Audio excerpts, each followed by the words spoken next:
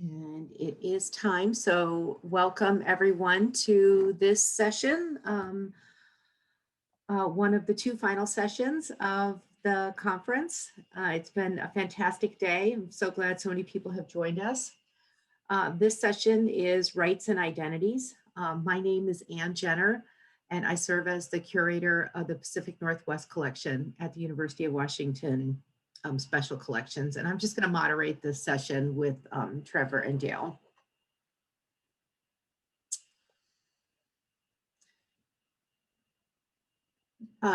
Both Dale and Trevor have their cameras on so you can see them. Our first speaker will be Trevor Bond, and he's going to present on the campaign of the Nez Perce tribe to bring home the Spalding-Allen collection.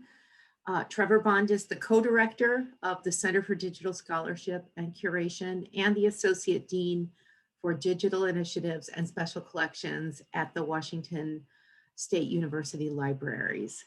And our second speaker is Dale Soden, and he'll present on navigating the tensions between Martin Luther King Jr. and the Black Power movement, Black clergy on the West Coast during the 1960s and 1970s.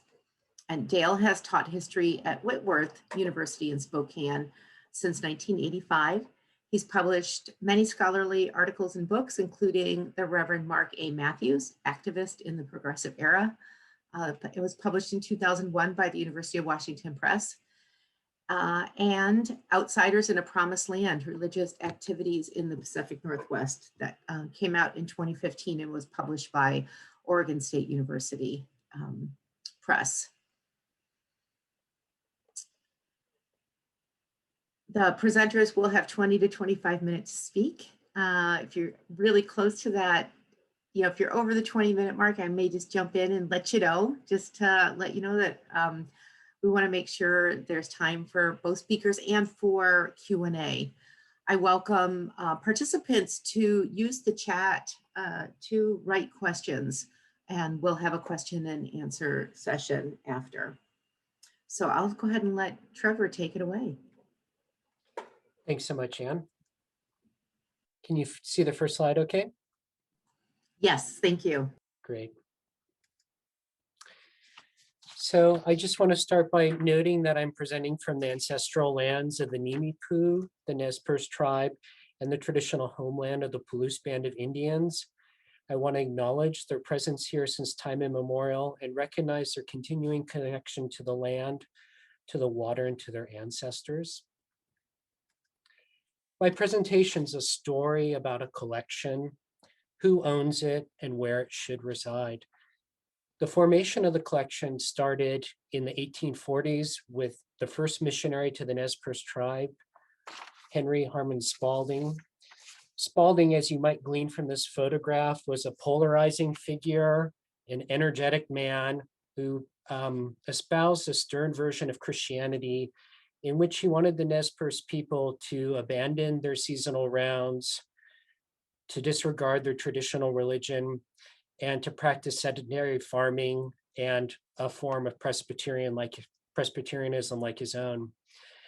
He also did things such as brought potatoes to Idaho, adopted a printing press. And so Spalding's legacy is a rich but divisive one among the community. As a missionary out in the Oregon Territory in the late 1830s and 1840s, Spalding needed additional resources to fund the operation of his mission and for him and his wife and his daughter to survive. And one of the ways that he did that was to draw on the help from benefactors from around the country, particularly his friend, Dr. Dudley Allen, who lived in Ohio. And as such, Spalding gathered together a fantastic collection of Nez Perce material culture, packed it into barrels, shipped it to the Sandwich Islands, today Hawaii, around the Southern Cape, back to Boston, and the collection a couple of years later made it to Ohio, along with this letter. And in the letter, which is one of the richest examples of documentation from the 1840s, Spalding listed his estimation of the value of the goods that he sent to his friend and benefactor, Dudley Allen. These included dresses, a pair of leggings, skins, a cradle board, leggings, many moccasins, examples of weaving, and horse regalia. Now, Spalding provided all these details about the collection, but he never named the individual Nez Perce people who created these things, and that was not untypical of letters from this era.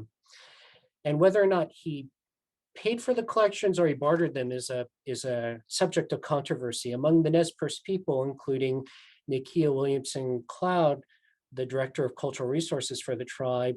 He noted in an interview with me that there's much suspicion among the Nez Perce people now, knowing that history, both from written sources, but also from our elders. We find it hard to believe that Spalding was actually purchasing those items from the Nez Perce people.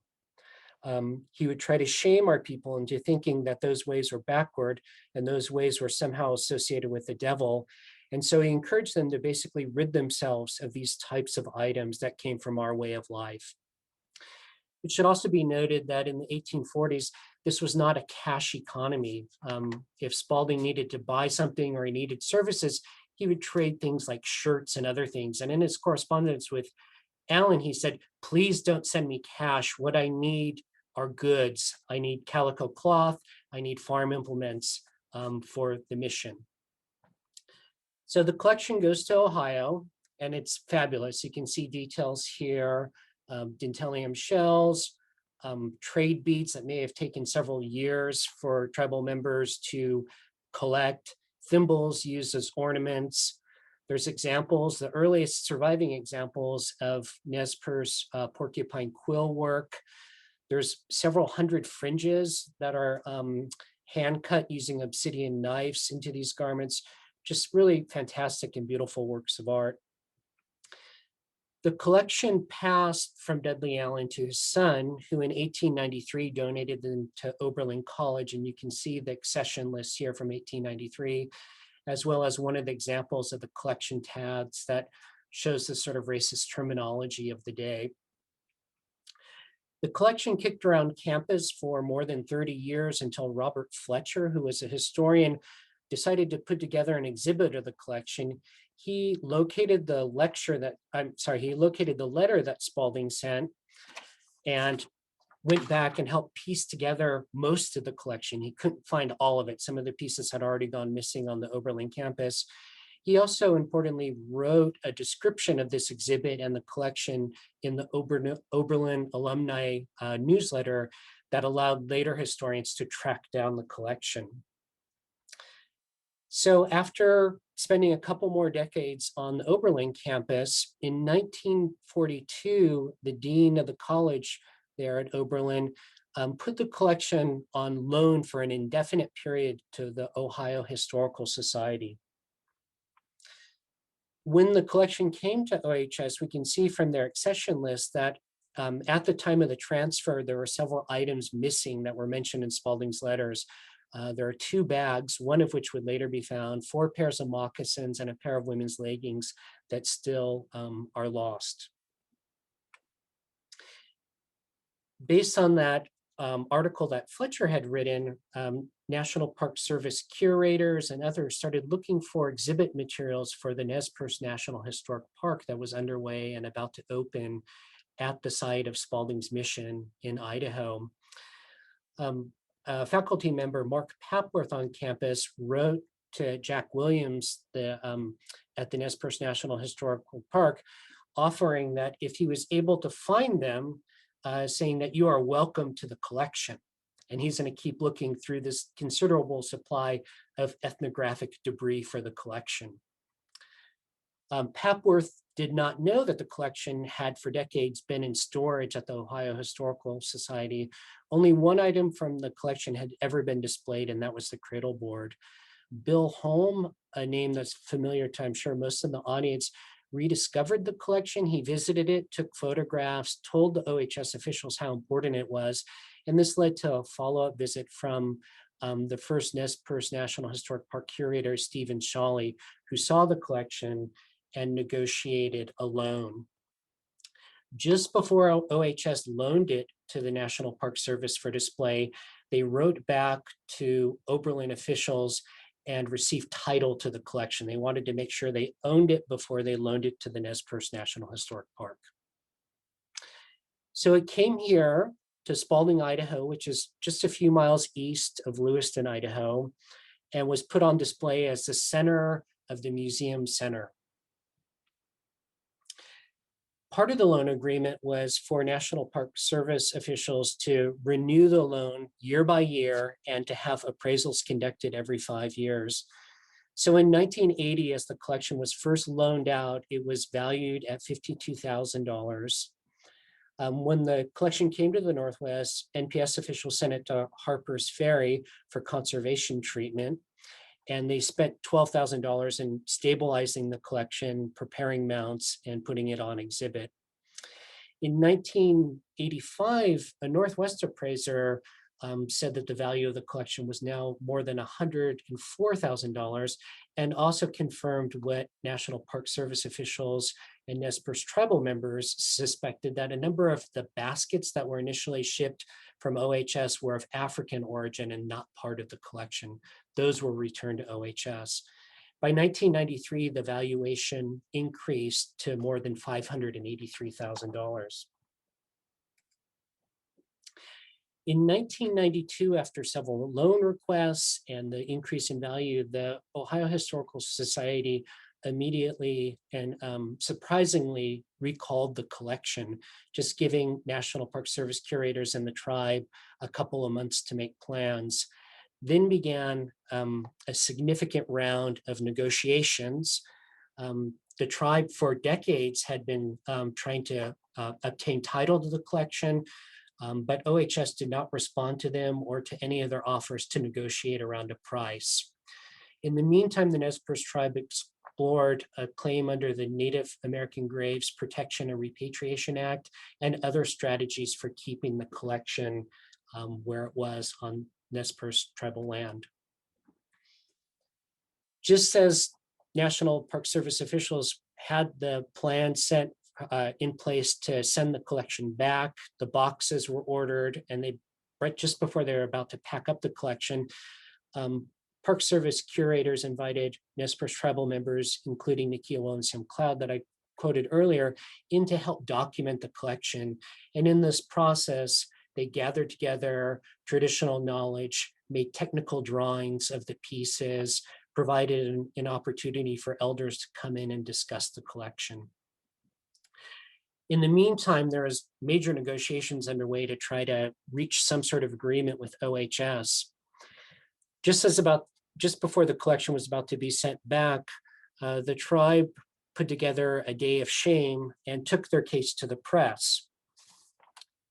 The chair of the committee who was seeking to keep the collection, Richard Ellenwood, spoke to the Lewiston Morning Tribune, saying that it's not right to put greed in front of something that sacred and put a price on it. The possibility of losing the collection had caused broken hearts among the tribe, particularly the elders. Ellenwood explained, "It's a feeling of losing a dear friend, someone we won't be able to see every day. It's like a loss of part of ourselves."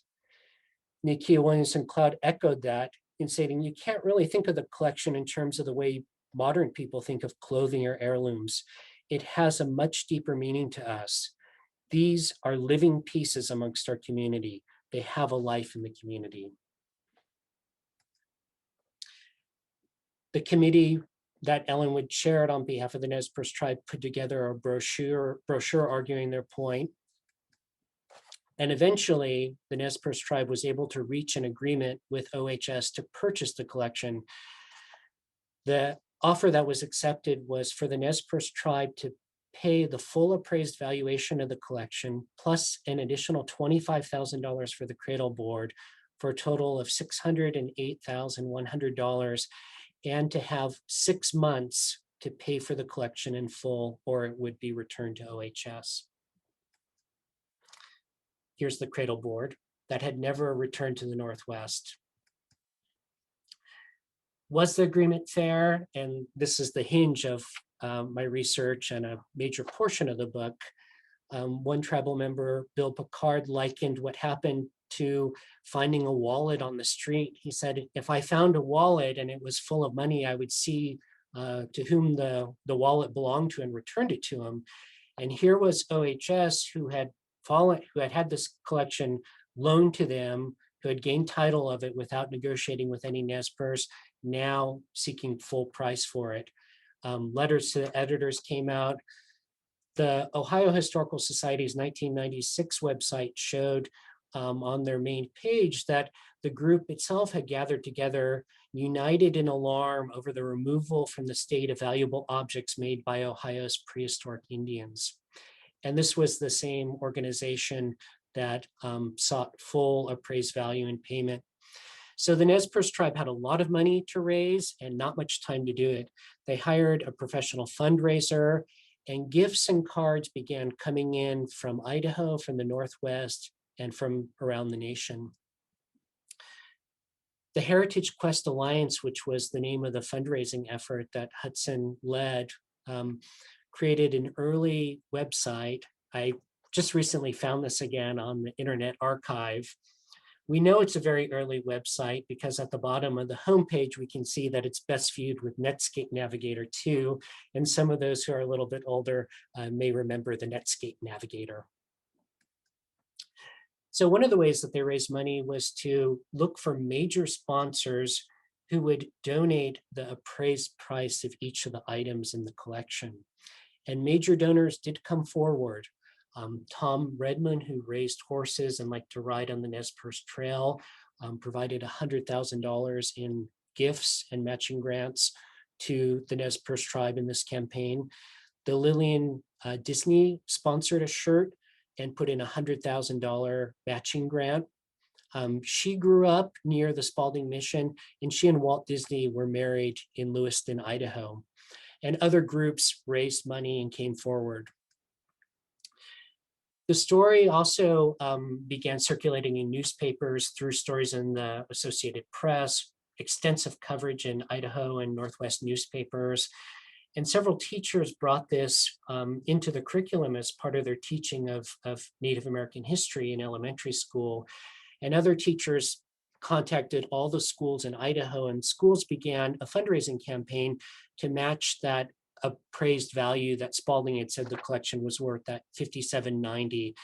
And so schools had bake sales, sold privileges such as chewing gum in classes, challenged other schools to fundraising efforts, and brought in significant amounts of money. And this is one of the reasons why I got interested in the story in the first place.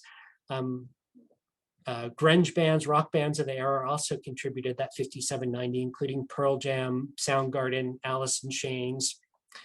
MTV ran promo spots on the campaign, as did National Public Radio. The Heritage Quest Alliance sold posters, such this one autographed for $57.90.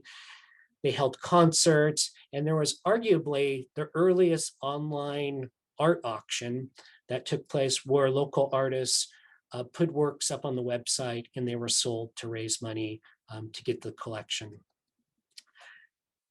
These are very sweet letters that are now part of the archives at the Nez Perce National Historic Park, where kids, along with their donations, wrote letters.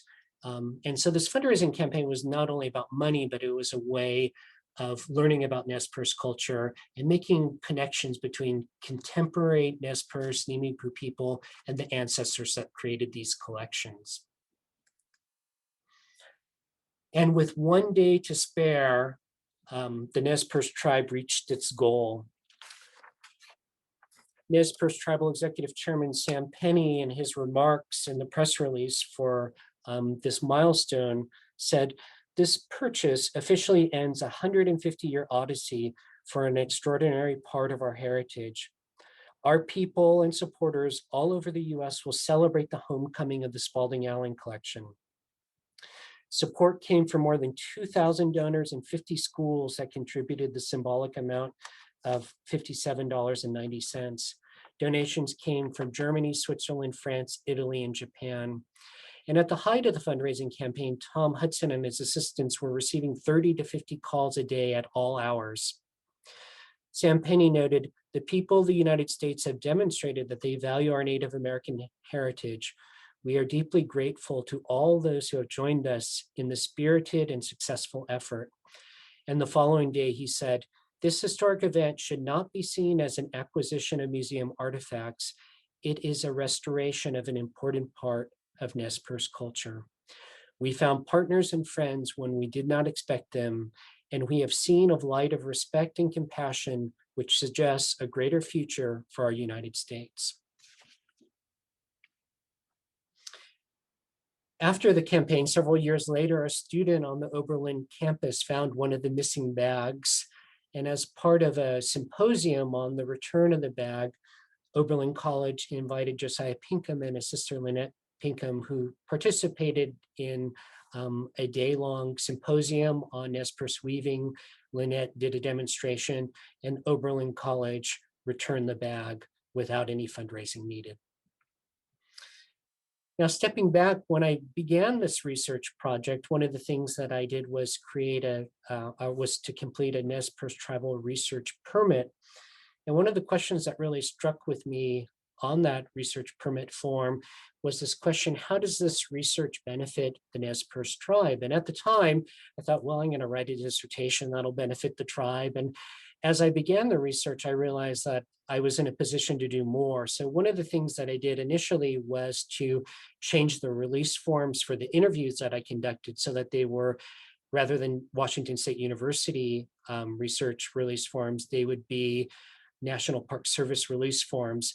I donated copies of all the interviews and the transcripts to the National Park Service to be housed with the collection, also making copies available to the Nez Perce tribe. I also commissioned a professional photographer and donated all these photographs, which are now being used by the National Park Service to document the collection. In more recent years, I've collaborated with Nakia Williamson-Cloud in taking those research materials and integrating them into the Nimipu or Nez Perce part of the Plateau People's Web portal, so that a rich multi-layered curation of the collection is available, including traditional tribal knowledge in the form of interviews and transcript that I conducted back in 2015, drawings that were created on the eve of the collection, potentially going back to Ohio. And in addition to that, interpretation by Nez Perce tribal members. The longer version of the story, with all of those interviews, extensive coverage in newspapers, will be available just in a matter of months now. This book will be coming out in May. I believe a couple members of the Washington State University Press are part of this session.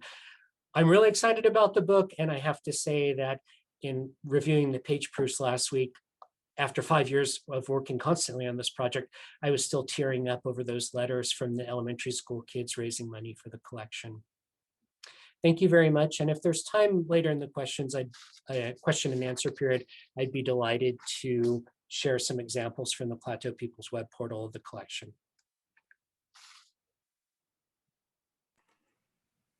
Thank you, Trevor. What a journey for everyone involved, but in particular, the actual artifacts. Thank you.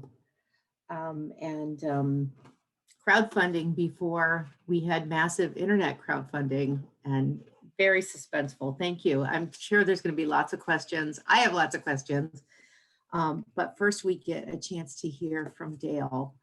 So I'm going to let you share your screen and go ahead and start your presentation. Thank you, Anne, and thank you, Trevor. That was really interesting, and congratulations on the book. Just looks fabulous. So again, thanks for that. Martin Luther King Jr. made his one and only trip to the Pacific Northwest in the fall of 1961. First speaking in Portland and then in Seattle, King had one basic message for his audience: Americans must end segregation in all of its insidious forms and work for a society where white and Black citizens can live in an integrated society. Not quite 6 years later, on April 19th, 1967, Stokely Carmichael also came to Seattle and spoke to the students at the University of Washington and Garfield High School and challenged his primarily Black audience by saying, quote, "You have tried hard to be white. You have gone to Tarzan movies and applauded as Tarzan beat up your Black brothers. We have identified with white people. We have been brainwashed," end quote. He took aim at civil rights moderates, many of whom were Black clergy.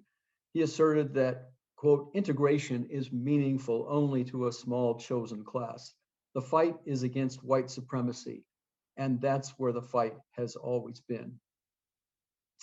In the 6 years between King's trip to the Northwest and Carmichael's declaration of Black power in Seattle, much had happened in the pursuit of racial justice in America. And among individuals and organizations engaged in the struggle for freedom and dignity, Black clergy constituted one of the most important groups.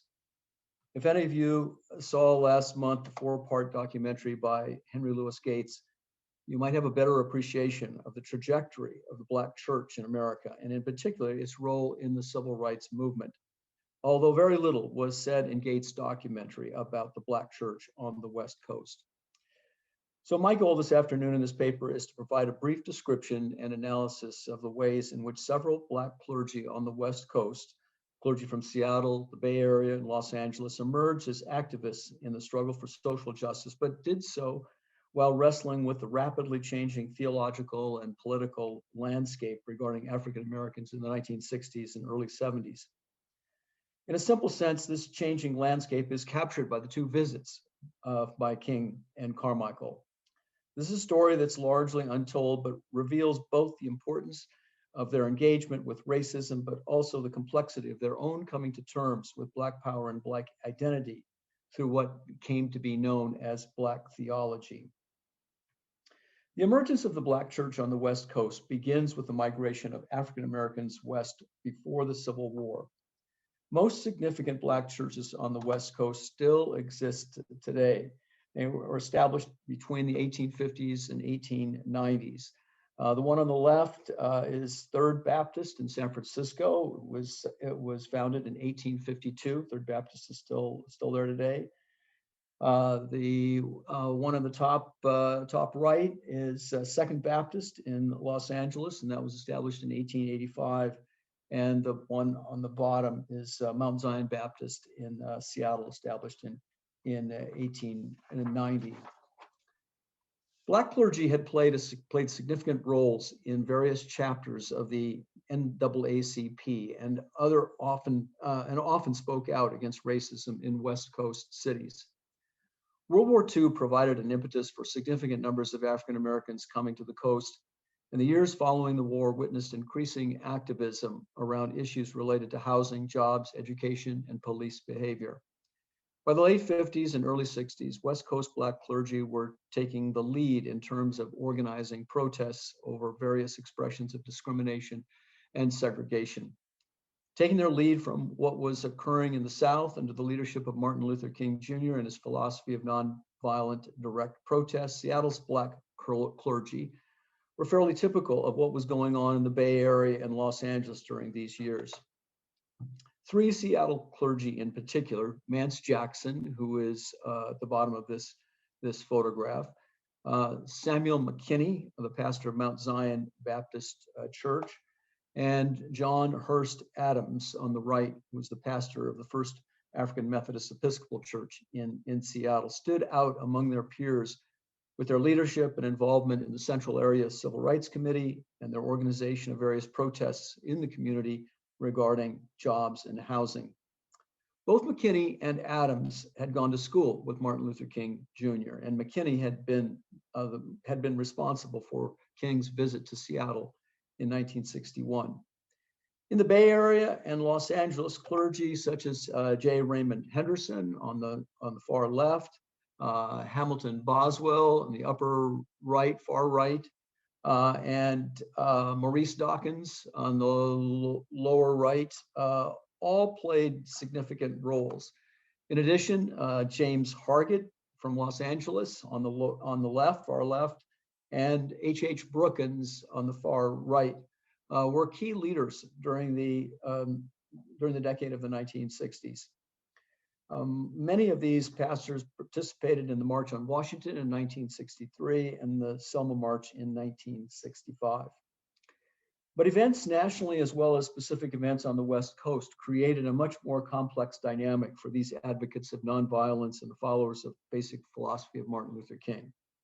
Nationally, the voice of Malcolm X provided a direct challenge to clergy steeped in King's philosophy. And Malcolm's assassination in 1965 provided even more focus on his message of Black pride and the futility of integration. More specifically, on the West Coast, 2 public votes, one in Seattle and one in the state of California, undermined whatever optimism and momentum that had been built after the 1963 March on Washington toward a vision of an integrated society.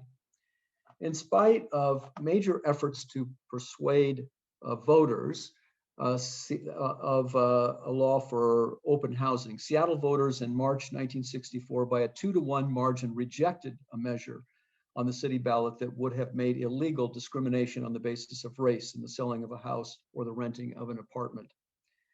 In California in 1964, voters also overturned California legislation that had attempted to make illegal discrimination on the basis of race in selling of houses or renting apartments. In the following year, in 1965, an accumulation of frustration among African Americans in Los Angeles erupted, as most of you know, in the riot in the Watts neighborhood. In Oakland, Black Power manifested itself specifically on the West Coast beginning in October 1966 with the establishment of the Black Panthers by Huey Newton and Bobby Seale. Tapping into the growing frustration of African Americans, Newton and Seale articulated a vision and agenda where they would help African Americans take back control of their neighborhoods, defend those neighborhoods against abusive police practices, and begin to provide basic services from free breakfast to health care within their respective communities.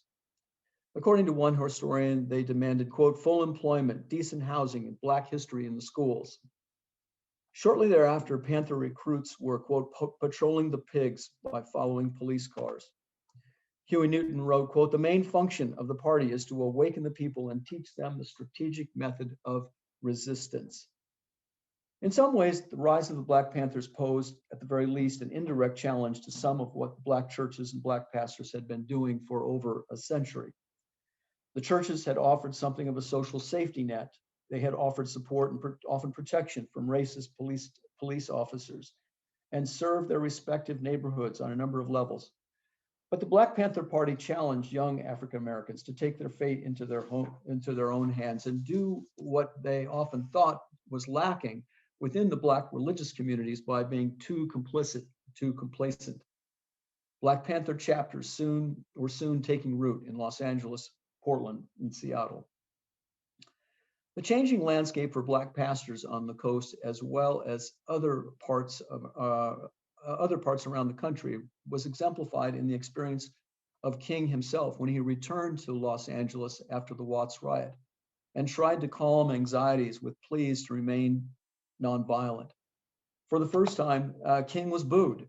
Apparently, one man yelled, quote, get out of here, Dr. King, we don't want you. As historian Robert Bauman observed, quote, this demonstrated an outright rejection of King's primary strategy of nonviolent direct action protest aimed at social equality. By 1968, the combination of King's assassination, major riots in several northern cities, and the increased presence of the Black Panthers up and down the coast created a fertile ground for the writings of theologian James Cone and the emerging concept of Black theology.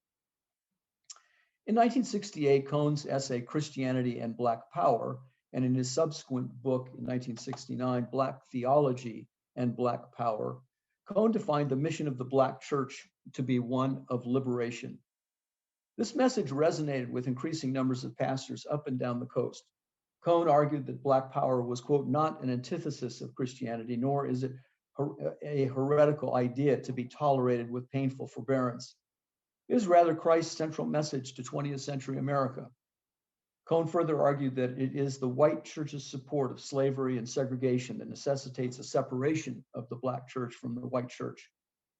Clearly, not all Black pastors stopped working and collaborating with white pastors and ecumenical organizations committed to civil rights. Yet Cone's stark analysis pushed pastors up and down the coast to reconsider their goals and strategies. Cone did provide a way for Black pastors to bring Martin Luther King Jr. and Malcolm X into closer alignment. As one Black pastor later stated, quote, "One of Dr. Martin Luther King's contributions to the Black church was to instill within a generation of its ministers the importance of theological education. The contributions of others, such as Malcolm X, Albert Clegg, Drs. Gayrod Wilmore, James Cone, Cornel West, was to instill within that same generation of ministers the critical and vital importance of the Black perspective on theological education." Albert Clegg, in particular, in his 1968 book, Black Messiah, reinforced the notion that Jesus was a revolutionary. Black theology provided a conceptual vocabulary for blending King's commitment to social justice with Black power and the importance of the Black experience. For example, Los Angeles Black pastor James Hargett, on the left here, in an address on Black power in 1968, stated, quote, we need King to keep our struggle attuned to universal truths. We need King to keep us firmly rooted in the Judeo-Christian tradition, which is rightfully ours. But we also need Carmichael and Floyd McKissick to keep us realistic about power realities in our culture and country. Cone's theology provided Black pastors up and down the coast with an intellectual and spiritual foundation from which to address the changing landscape within the African-American community. The two leading Black pastors in Seattle, as I've mentioned, Reverend Samuel McKinney and Reverend John Hurst Adams, in the middle here, had been thinking about the ideas associated with Black power and Black theology before Cone's specific particular articulation in 1969. Clearly, Stokely Carmichael's speech in 1967 in Seattle had certainly caught their attention. Just 2 weeks after Carmichael spoke, the Greater Seattle Council of Churches, of which McKinney now served as president, in fact, he was the council's first Black president, organized a forum at his church on the subject of Black power. The overall tone was moderate, speakers acknowledging the critique that Carmichael and others were leveling against integration. John Adams delivered the keynote address. He declared approvingly that Black power, quote, is one of the many youthful expressions of judgment upon the phoniness and emptiness of our commitment to the values we claim. Life for the American Negro has become worse, not better, in the last few years. Black power, he said, was a revolt against the whiteness of American cultural values, a result of the failure of the white community to respond to civil rights efforts of the last several years. And he may certainly have been thinking about the failure of the open housing fight in Seattle. But Adams walked a fine line between affirming the central message of Black power and warning of the, quote, dangers inherent in the Black power stance. He asserted there is a real danger of excesses by Negroes in this newfound sense of manhood and strength, a danger that was ever present because human perversity knows no color. His colleague in Seattle, Reverend McKinney, in 1967, spoke forcefully at the American Baptist Assembly in Green Lake, Wisconsin, about what the Black church needs. He stated the Black church is facing a new situation because of the thrust of the freedom movement and the cry of Black power. 3 years later, he delivered a speech in Nashville, Tennessee, that clearly signaled his embrace of the principles of Black power and now Black theology. McKinney stated, if the Black church organizations want to remain faithful to the New Testament gospel and to the great tradition of the pre-Civil War Black church, they must relinquish their stake in the status quo, the values in white society, by identifying exclusively with Black power. Black power is the only hope for the Black church in America, stated McKinney. Referring frequently to Cone's writings, McKinney underscored Cone's contention that, quote, the white church has never stood for liberation because it has always focused on the holy evil of its likening upon the keepers of the status quo and the watchdogs of orthodoxy. Therefore, the white church is impotent and helpless to deliver freedom to the captives. McKinney saw clearly that the need to try and reconcile Martin Luther King Jr. with Black power.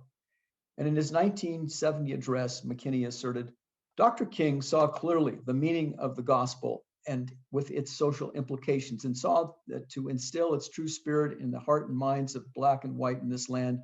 And like no other Black or white American, he could set Black people's hearts on fire with the gospel of freedom in Christ, which would make them willing to serve all for the cause of Black humanity. Like the prophets of old, he had a dream grounded not in the hopes of white America, but in God.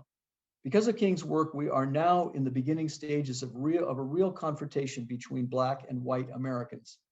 He may not have addressed the concept of Black power, but its existence, referring to King, is the result of his work. McKinney surely spoke for many others in regard to the ways in which King should not be seen in opposition to many of the insights of Black power in theology.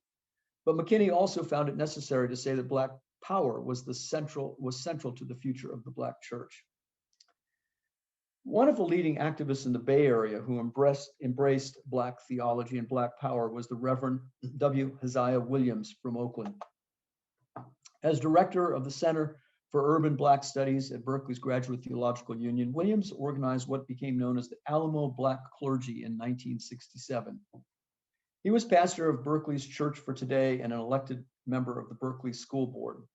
Williams had attended Boston University School of Theology at the same time as Martin Luther King Jr. and also had been strongly influenced by Howard Thurman. Williams came to Berkeley in the mid-60s and in 1966 became the executive director of the East Bay Conference on Religion, Race, and Social Justice, a broadly ecumenical group of ministers and rabbis. Shortly after arriving, Williams convened a group of all Black clergymen from the East Bay at the Presbyterian Retreat Center in Alamo, California. And out of those meetings, the Alamo Black Clergy Group was formed.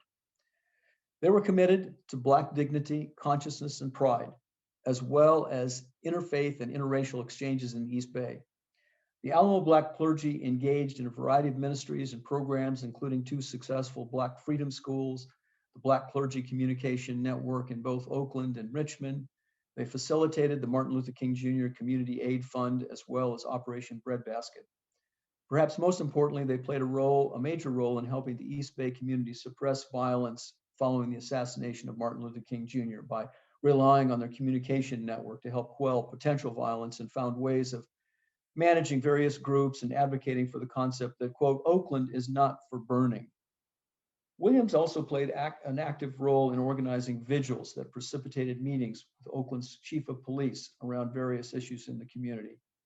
And he vigorously fought for a curriculum that included Black history and culture. Oakland's significance as a center for Black religious activism, not only on the West Coast, but for the country as a whole, was underscored when the National Committee of Black Churchmen decided to hold its annual convention in the city in 1969. Hosted by the Alamo Black clergy, the convention endorsed a statement largely crafted by Reverend Gayrod Wilmore, in which the tenets of Black theology were evident, along with a call for white churches to submit themselves to a radical reform by accepting the terms of the Black Manifesto.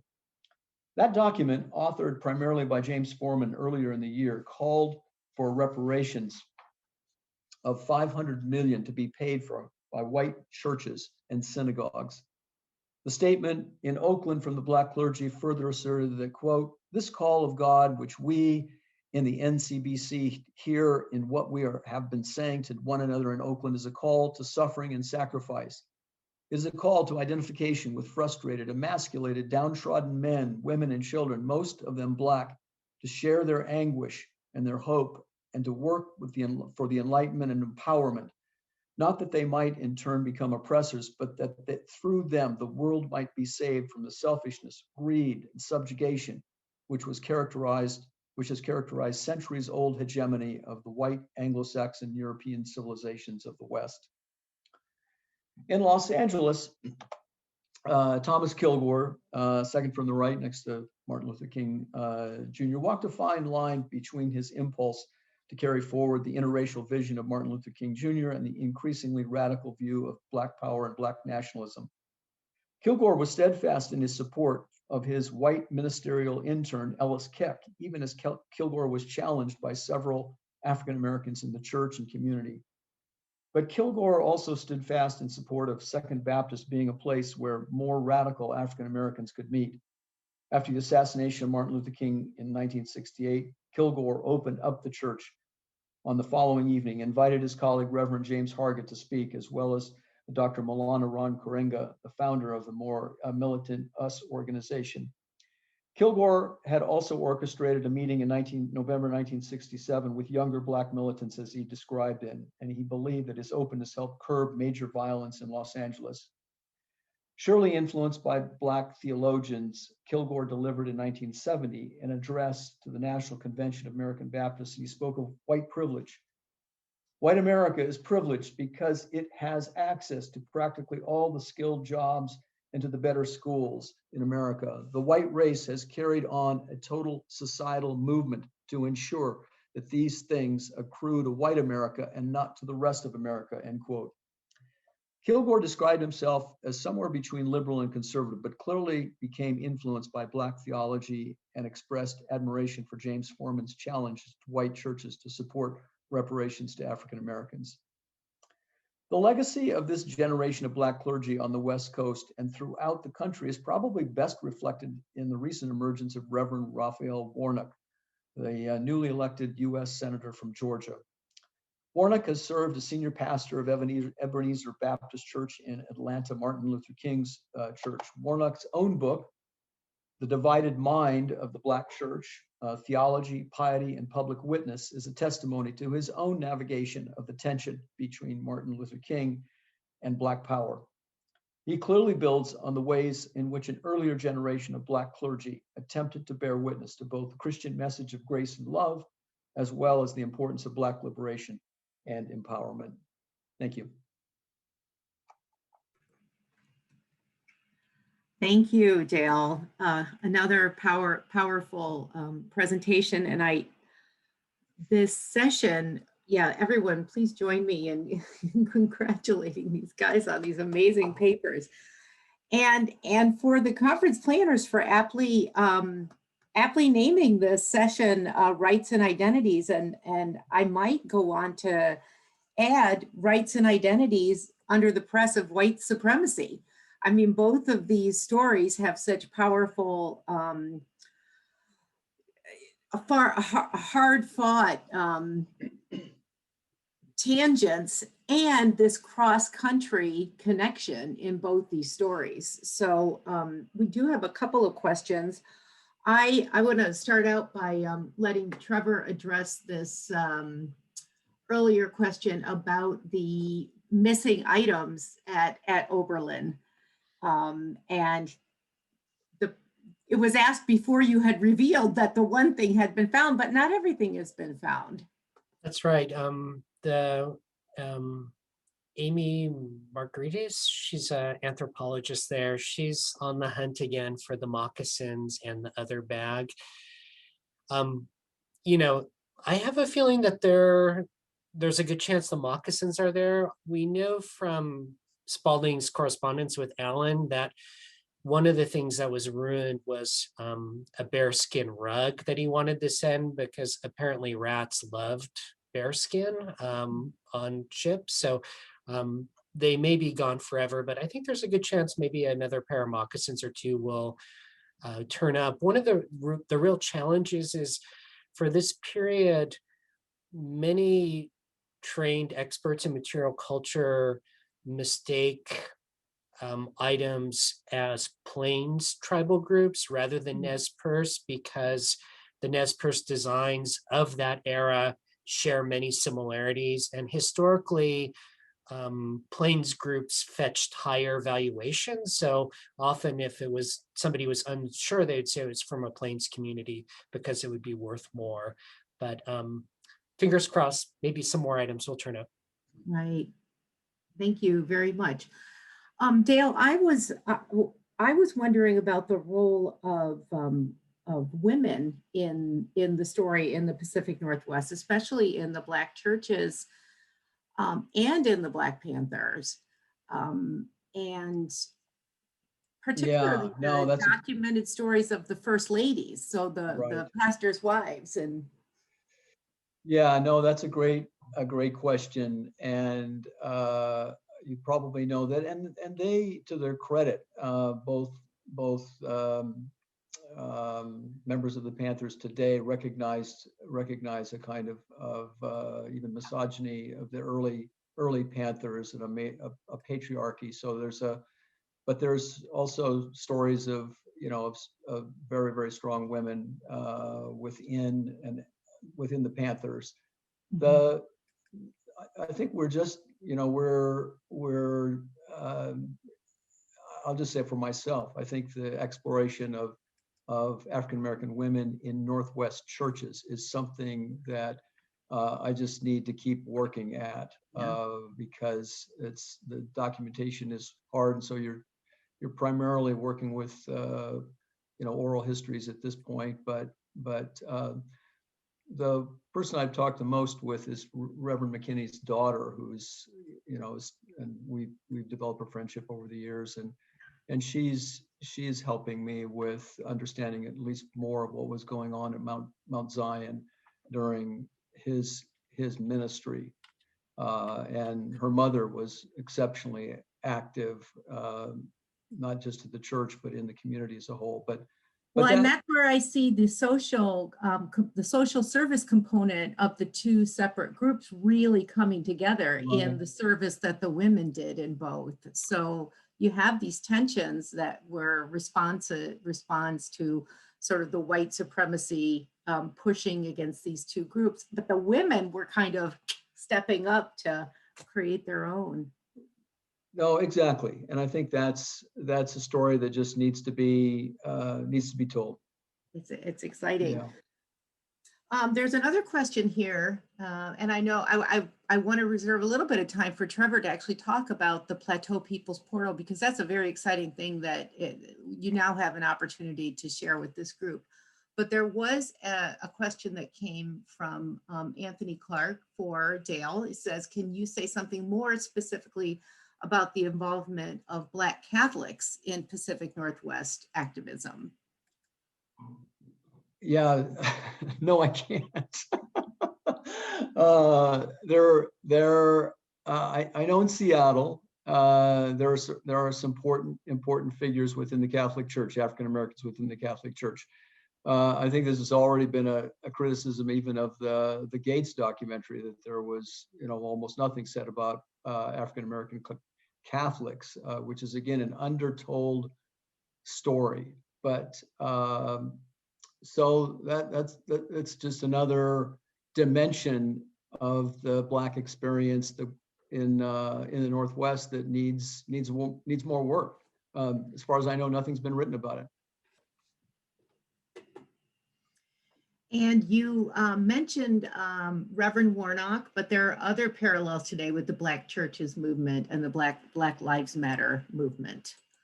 And I was also thinking of the particular connection with Atlanta because of, was it McKinney, that one of the pastors had a back and forth connection between Seattle and Atlanta? Well, he's a Morehouse person, a Morehouse graduate, and so there's that. I mean, it was interesting when I attended his memorial service in Seattle. It was an amazing collection of Morehouse people who had come out in support of him. So most of it is in Seattle, but I think for me the interesting thing is how within the Black church that this whole notion of Black empowerment and Black power was something that they essentially adopted without more or less abandoning the Christian church itself. I think for many African Americans, the question of whether you could still be a Christian and Black is something that was increasingly important to this generation that I'm talking about, but it's still a very live question today. Yeah, we see some really big opportunities for scholarship going forward. Trevor, do you want to talk a little bit about the Plateau People's Portal, if you want to share your screen, if you're prepared to do that? Sure, I just put the link in the chat so people will have it. I mean, I think the main thing about the portal and the collection is that it's really driven by the Nez Perce tribe. They determine what goes in it, and it's an unusual bit of software in that it allows for a very rich and kind of nuanced curation of the collection. So maybe at your own time, since we only have a minute or two left, if you want to go in and listen a little bit, you can hear Nez Perce voices. And just recently, over the last few weeks, I've been able to work with Nakia Williamson Cloud on doing quite a few Zoom recordings. So then that way the pandemic's been a little bit of a blessing in doing this cultural interpretation over Zoom. So if you're interested, I would encourage you to take a look. I think it's really an exciting companion piece to the book as well. Thank you. You mentioned the National Park Service, and then you mentioned the Nez Perce. Is it a cultural center? Is it? Can you talk about the connection between the two there? Sure. Thanks. Sorry. I think it was just in my rush of time. There's a National Historic Park site called the Nez Perce National Historic Park. So the National Park Service runs that. That's where the collection resides, but it's owned by the Nez Perce tribe, and they have a memorandum of understanding, and that visitor center also curates a number of tribally owned collections. So it's a partnership, and there's quite a bit of collaboration back and forth between the communities. Thank you for that explanation. That's very helpful. Has there been any evolution in the thinking of the Ohio Historical Society's decision to be so hard-nosed about this? Actually, what we see obviously as this wrong-headed claim to this content. Yeah, it's kind of interesting in working in the book. I talked to board members. I corresponded with a curator who was right at the center of things, and at least the board member felt that the Ohio Historical Society could have gotten more money than they did because the appraisal was a couple years out of date. So, and I write about national coverage. The Ohio Historical Society maintains a historic site on the earth mound structures, or some of the earliest native structures in the Northwest. And they just recently renewed the lease of a golf club on this site. And the golf club is private and forbids indigenous peoples from entering the grounds, except on the day when they spray pesticides.